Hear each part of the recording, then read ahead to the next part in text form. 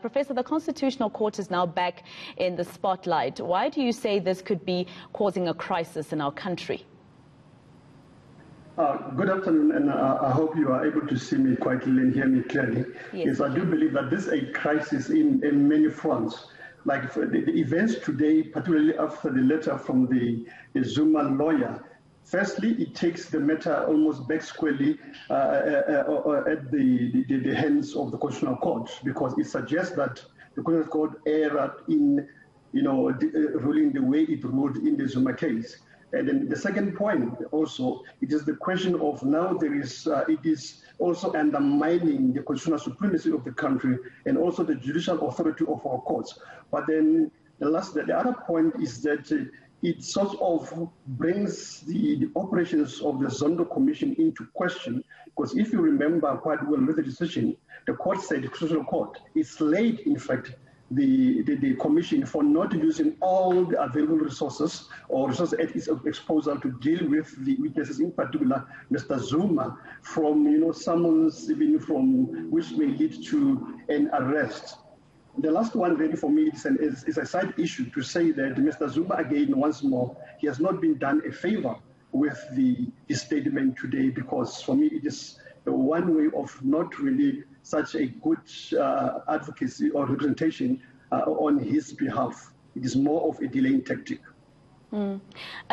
Professor, there's also that question of how embarrassing this can be for our country. The whole world is watching a former president saying that he won't appear before the Zondo Commission and basically defying our constitution.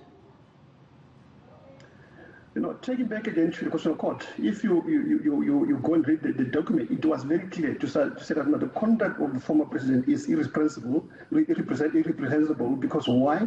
It is the president who formed the commission, it's the president who helped put together the terms and conditions or the framework for the Constitution.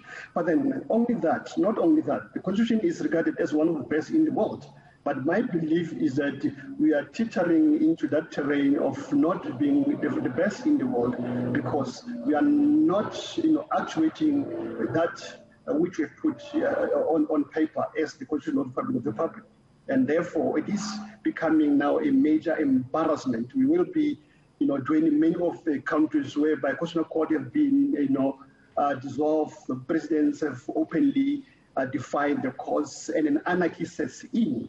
I mean, the mere presence or the mere news that the military veterans of the ANC are stationed at the Nkandla and vowing to defend the former president with all their might, it should send a chilling effect on everybody's spine.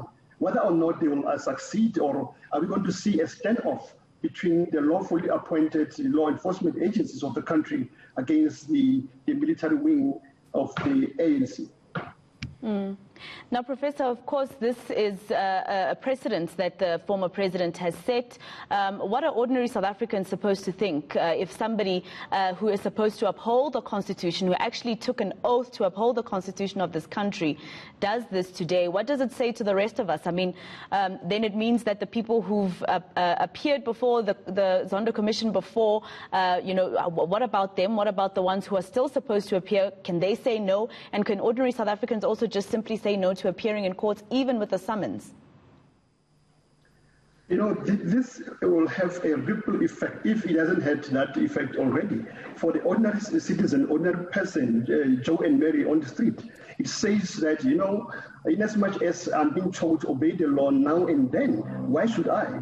If those that created the laws cannot obey them. The second part is relating to those other witnesses. You might as well say that if the former president, the person who was responsible for setting up this commission, cannot obey it, why can't I obey it? In fact, if I were them, then the one who said that now, then I'll follow the same argument, the same route that has been used by his legal representative not to appear before the commission, or I will go before the commission. But then when I get there, I'll say, I've forgotten, I don't know, I've even forgotten the name of my spouse.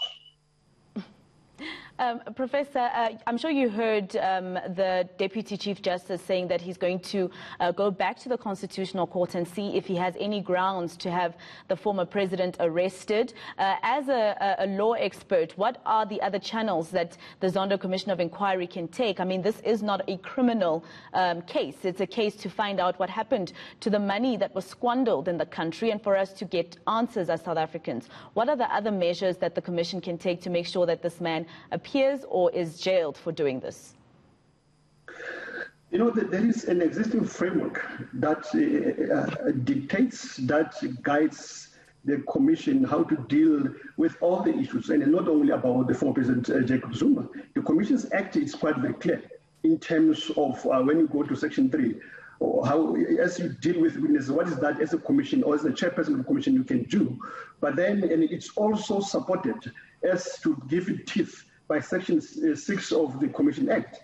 But then you also go to the regulations of the commission itself. They do support the commission. As you said, with the Deputy Justice saying, I'm going back to the Constitutional Court, like I said, it is more really of a Tom and Jerry kind of a situation, because one may ask, the very same Constitutional Court was quite very scathing, you know, against the commission, to say that now we don't understand why in the first place you dilly-dallied in issuing summons. You had to make a special invite.